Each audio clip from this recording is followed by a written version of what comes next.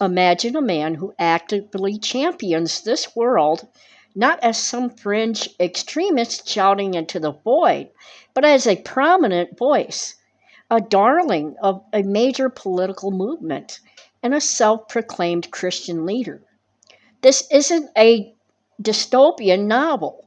This is the reality shaped by Charlie Kirk, the co founder of Turning Point USA, a man whose public persona as a conservative youth leader masked a sinister agenda that, if left unchecked, threatens to unravel the very fabric of our diverse secular democracy. Today, I'm not just going to criticize Charlie Kirk, I'm going to expose him. We'll delve into the insidious nature of his rhetoric, pinpointing exactly why his brand of Christian nationalism, amplified by figures like Donald Trump, posed an existential threat to minorities and to the American ideals we claim to uphold. For those who aren't fully aware of who Charlie Kirk truly was, prepare to have your eyes opened to a world of prejudice, fear-mongering, and a chilling vision of a strictly white Christian America. So, who was Charlie Kirk? Charlie Kirk burst onto the national scene as a youthful, outspoken conservative, quickly rising through the ranks of the Republican establishment. He co founded Turning Point USA, an organization ostensibly dedicated to educating students about conservative principles. On the surface, he projected an image of a passionate, articulate advocate for traditional values. But beneath that veneer, Kirk meticulously crafted a platform from which he hurled discriminatory teachings that have been widely condemned by numerous critics and watchdog organizations. He positioned himself not just as a political commentator, but as a spiritual guide for a generation, cleverly intertwining right wing political talking points with a distorted, exclusionary interpretation of Christian faith, shaping a movement that would become known as Christian nationalism. Kirk's influence cannot be overstated, especially within the youth demographic and the fervent base of Donald Trump's MAGA movement. He was a frequent speaker at conservative conferences, a fixture on right wing media, and a seemingly endless fount of controversial declarations on race, gender, and religion.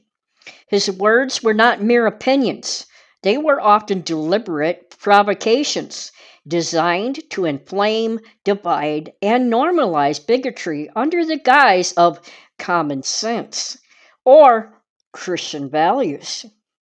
He masterfully appealed to anxieties, expertly stoking resentment among his predominantly white Christian audience against perceived enemies, racial minorities, LGBTQ plus individuals, immigrants, and anyone who dared to challenge his narrow, fundamentalist worldview. The danger of Charlie Kirk and others like him speaking for Christian nationalism and Donald Trump lies in the potent legitimization they bestow upon hateful ideologies. When a figure with a large platform, endorsed by a president, propagates ideas that are fundamentally anti democratic and discriminatory, it emboldens those who share those prejudices and normalizes what should be considered extreme. It provides a veneer of respectability to narratives that seek to strip away the rights and dignity of entire communities. This is precisely why it is crucial for us, as atheists, ex Christian skeptics, and deconstructors, to dissect his rhetoric and shine a harsh light on its true nature and its devastating potential consequences. Let's not mince words. Charlie Kirk was an architect of division, a purveyor of prejudice, and a dangerous voice for a movement that seeks to redefine America in its own image, an image that excludes and oppresses millions. One of the most glaring and consistent threads throughout Charlie Kirk's career was his relentless espousal of racist ideologies.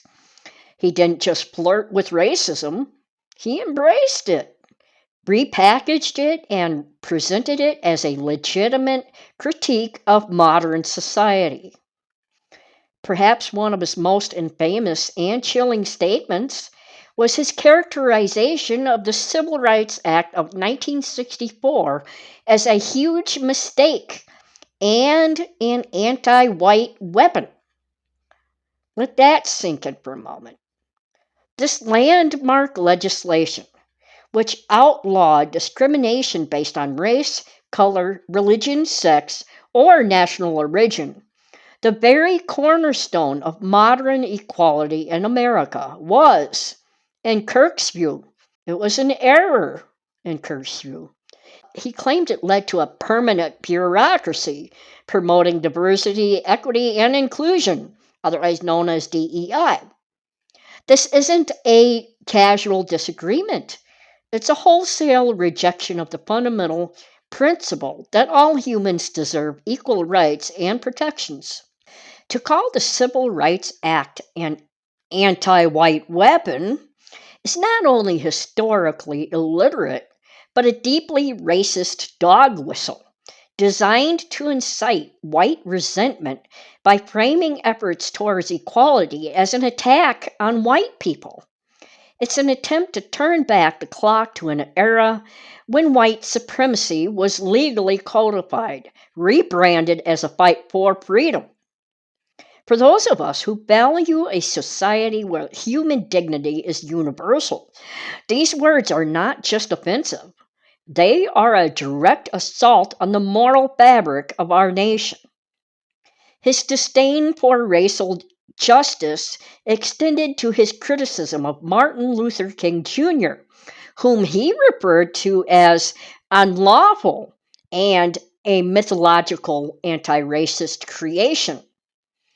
To attack Martin Luther King, a global icon of peaceful resistance and a champion of human rights, is to attack the very ideal of racial equality. Kirk's dismissal of King's legacy is a deliberate attempt to rewrite history, erase the struggles for justice, and undermine the foundations of anti-racist thought. It effectively tells his audience that the fight against racism was misguided, unnecessary, or even detrimental, thereby justifying contemporary inaction or even opposition to racial justice efforts. By labeling Martin Luther King Jr.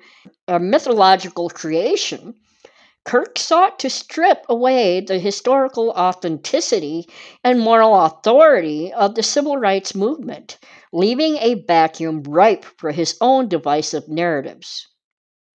Then there are his George Floyd comments. In 2021, Kirk egregiously called George Floyd a scumbag. This inflammatory remark, made in the wake of Floyd's murder by police, which sparked global racial justice protests, epitomizes Kirk's callous disregard for Black lives and his tendency to dehumanize victims of racial violence. Such language not only shows a profound lack of empathy, but also serves to justify state violence against Black individuals, framing them as inherently deserving of their fate. It's a classic tactic of victim blaming designed to deflect from systemic issues of police brutality and racial injustice, and instead shift blame to the character of the victim. This rhetoric is a dangerous incitement, telling those who harbor racist sentiments that their animosity is validated. His attacks on diversity, equity, and inclusion, otherwise known as DEI, his attacks on the DEI initiatives were equally insidious, Kirk repeatedly characterized DEI as anti-white, culminating in his deeply offensive 2024 statement. He said, "If I see a black pilot, I'm going to be like, boy, I hope he's qualified." So this single statement encapsulates the profound racism embedded in his worldview. It projects an inherent doubt about the competence of black individuals, implying that their presence in professional roles is due to anti-white DEI quotas rather than merit. This is a classic racist trope that undermines the achievements of black professionals and perpetuates harmful stereotypes. DEI initiatives, at their core, aim to create workplaces and institutions where all individuals, regardless of background, have an equitable opportunity to succeed. Kirk twisted this noble goal into a sinister plot against white people, fostering resentment and suspicion against efforts to create a more just and inclusive society. Kirk openly amplified the Great Replacement theory, a white nationalist conspiracy theory that posits an intentional plot to replace white Americans with minorities through demographic change. This theory is not just racist, it's a dangerous incitement to violence, having inspired mass shooters in places like Charlottesville, El Paso, and Buffalo. By echoing this hateful fabrication, Kirk aligned himself directly with white supremacist ideology, giving a mainstream platform to a narrative that fuels xenophobia, nativism, and racial animosity. This isn't just about political disagreement. It's about legitimizing a narrative that has led to real world bloodshed and the erosion of social cohesion. This is a declaration of war against the idea of a multiracial, pluralistic America. Beyond his overt racism, Charlie Kirk also navigated the treacherous waters of anti Semitism, often with a disturbing lack of self awareness or a genuine concern for the implications of his words. While he would publicly express support for Israel and urge his followers to reject Jew hate, his actions and statements often contradicted these declarations, demonstrating a sinister familiarity with historical anti Semitic tropes. The Anti Defamation League, otherwise known as ADL, and other watchdog organizations meticulously documented Kirk's use of anti Semitic tropes. In 2023, for instance, he accused Jewish philanthropists of funding liberal and anti racism causes to foment anti whiteness. This is a classic anti Semitic canard, the idea of wealthy Jews secretly orchestrating social and political movements to undermine non Jewish populations. It taps into the ancient puppet master trope, portraying Jewish people as clandestine puppet masters pulling the strings of global events. He also claimed that Jews controlled cultural institutions, echoing deeply ingrained conspiracy theories about Jewish power and control. These aren't subtle hints. They are direct echoes of the very same stereotypes that have historically fueled persecution and violence against Jewish communities for centuries. The contradictory nature of his statements, public support for Israel juxtaposed with the use of anti Semitic stereotypes, is not uncommon among certain segments of the Christian nationalist movement. For some, support for Israel is rooted in specific eschatological beliefs rather than genuine respect or solidarity with Jewish people. This allows them to embrace a political stance, pro-Israel, while simultaneously perpetuating harmful stereotypes against Jewish individuals within their own country. This allows them to claim they are not anti-Semitic, while poisoning public discourse with ancient hatreds. It's a convenient shield behind which genuine prejudice can fester and spread. The damage is done not just by explicit hatred, but by the dissemination of tropes that normalize suspicion and animosity towards Jewish people, regardless of the speaker's stated intentions. Charlie Kirk's prejudiced worldview extended with chilling consistency to the LGBTQ community, where he leveraged religious grounds to justify his opposition to LGBTQ rights and demonize those who diverge from traditional gender and sexual norms. For Kirk, Christian values were not about love, acceptance, or compassion, but a weapon to condemn and marginalize. His controversial statements on LGBTQ flags illustrates this perfectly. In 2025, this year, Kirk faced criticism for stating it should be legal to burn a rainbow or Black Lives Matter flag in public. While freedom of speech generally protects flag burning, Kirk's specific targeting of these symbols reveals a malicious intent. The rainbow flag is a symbol of pride, visibility, and the struggle for equality for millions of LGBTQ individuals. The Black Lives Matter flag, while less common, represents the ongoing fight against systemic racism and police brutality. To advocate for the burning of these symbols is not merely an exercise of free speech. It's an act of symbolic violence and incitement of hatred against the very communities these flags represent. It sends a clear message: your existence, your identity, your fight for justice is not only illegitimate, but worthy of desecration. His rhetoric around transgender issues was particularly vicious.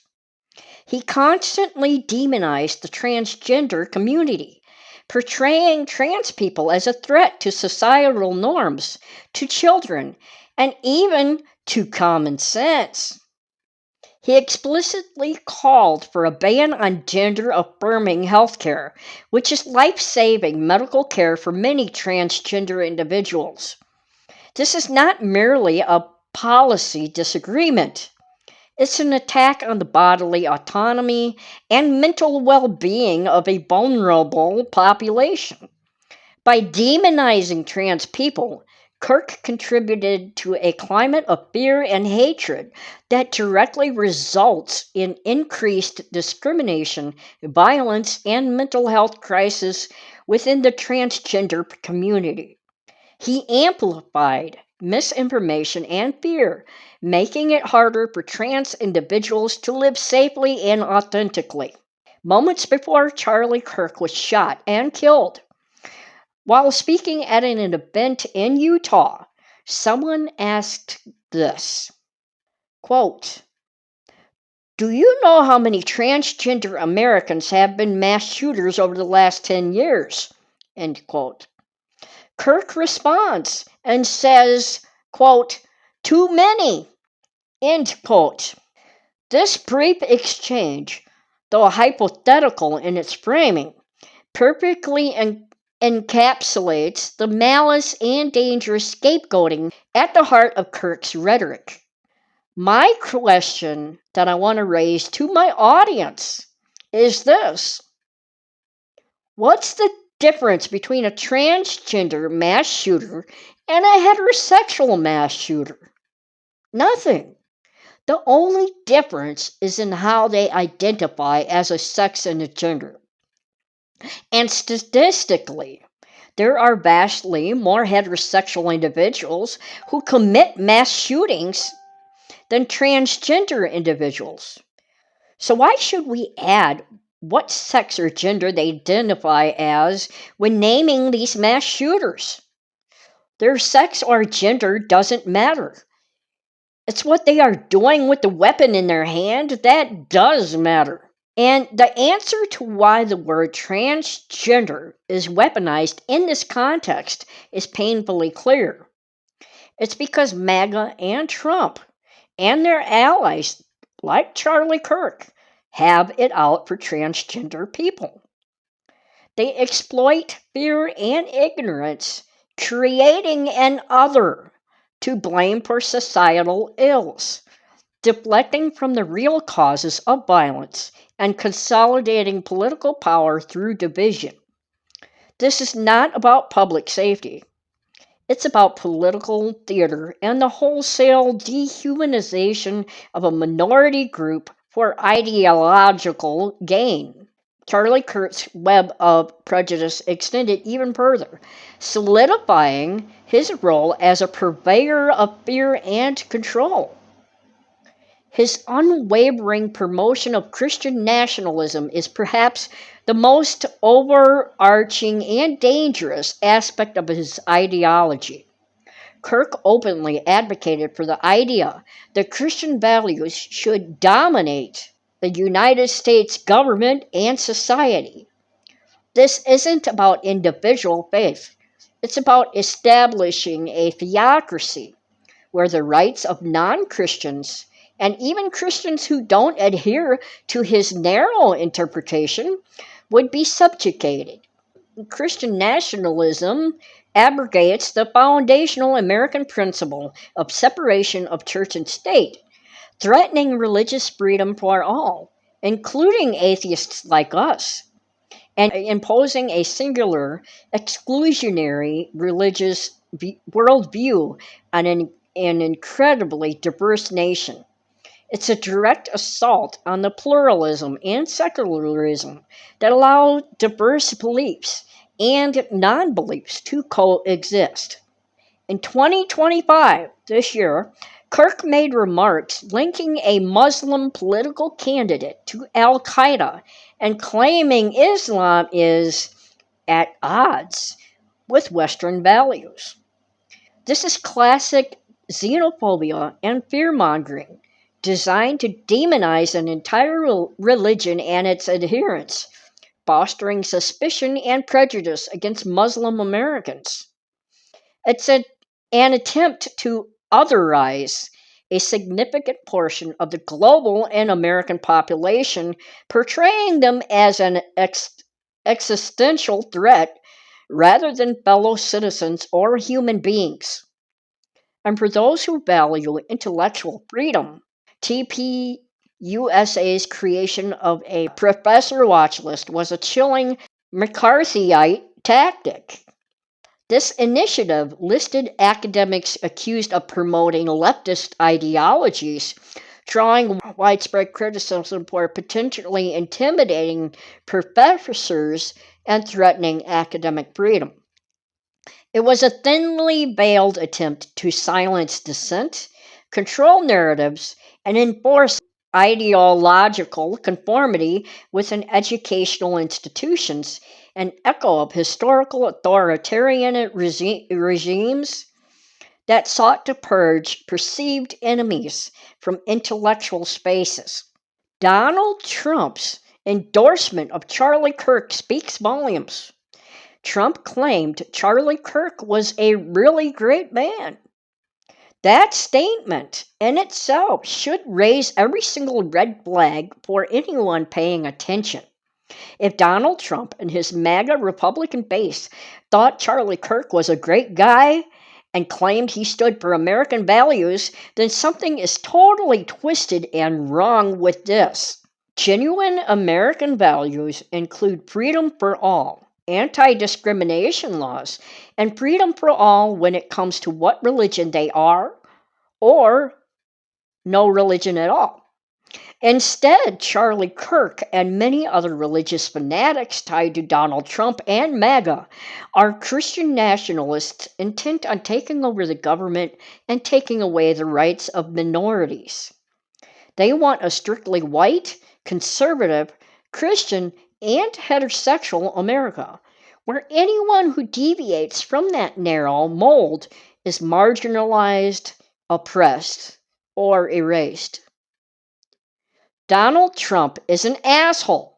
Let's not beat around the bush here. Anyone Donald Trump loves and claims is a great guy is, in all likelihood, a complete shitface who belongs in jail with Donald Trump. Unfortunately, in our current political climate, we often feel we will never see justice when it comes to Donald Trump being held accountable for his crimes against democracy and decency.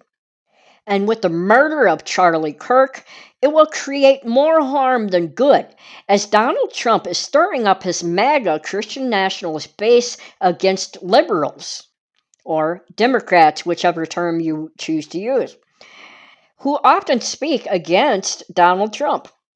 This scenario highlights a stark truth about the MAGA movement that even in tragedy, Trump and his allies exploit it for political gain, escalating division and violence. While Charlie Kirk was undeniably a bigoted asshole who created much havoc in the United States, we should never condone gun violence. Violence, regardless of the target, is anathema to a civil society. Of Kirk's violent death reveals the cynical calculus of the MAGA movement. Donald Trump, instead of trying to keep people calm, would likely be seen escalating the violence. And yes, he would predictably rally his base, not against the perpetrator if they were one of his own, but against liberals, commonly referred as Democrats, claiming they caused this to happen. This conveniently ignores the fact that many MAGA individuals who supported Trump have committed much violence and even killed or even tried to kidnap government officials. The January 6th insurrection, threats against election workers, the plot to kidnap Michigan's governor, and even the killings of 2 Minnesota state lawmakers are just a few examples that illustrate this dangerous pattern. Trump causes violence and breaks laws, but none of that is spoken about by him or his most fervent followers. Yet, he finds every means he can to demonize the left, which is the Democrats, LGBTQ plus individuals, especially that of transgender people, minority races, and also, in some cases, women. Charlie Kirk was never a great man. Donald Trump was never a great man. Nor is J.D. Vance, or any of the other sycophants who echo their hateful rhetoric. Charlie Kirk, Donald Trump, and the rest of the MAGA Republican base have never stood for American values. They stand against them.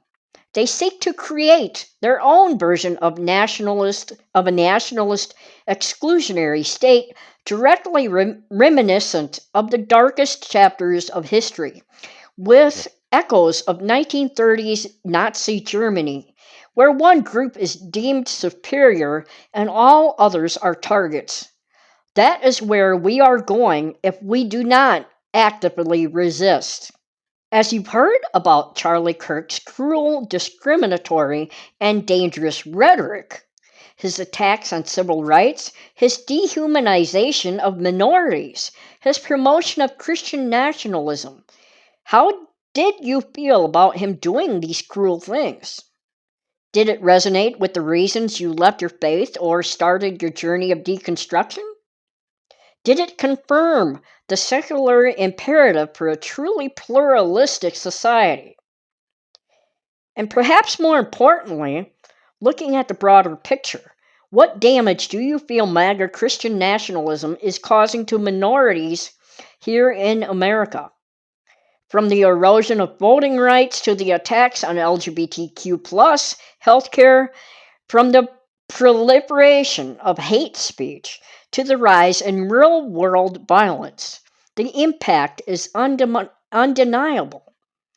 How do you see these forces manifesting in your own communities or in the wider political landscape? Your insights, your experiences, and your moral compass are invaluable in diagnosing and resisting this threat. And to any uninvited guests who might have stumbled upon this podcast, those who proselytize, spew hateful content, project and gaslight, or spread misinformation, I invite you to genuinely reflect on the words of your leaders. Consider the fruits of their teachings. Is this truly the loving, just, and compassionate path you believe your faith calls you to? Or is it a path paved with fear and division, leading to a society that looks eerily similar to the historical atrocities we claim to despise? The legacy of Charlie Kirk serves as a stark reminder of the profound dangers posed by figures who wield the language of faith and patriotism to justify bigotry and undermine democracy. His rhetoric, amplified by a powerful political movement, threatened to redefine America not as a beacon of liberty for all, but as a narrow, exclusionary ethno-theocracy. He, along with Donald Trump and their ilk, did not stand for American values. They actively sought to dismantle them. Thank you for listening. Until next time, keep questioning everything. I am sorry I had to do the podcast indoors. The caretaker is working outside nearby, and I didn't want that to disturb our podcast today. So we're doing this inside. Okay.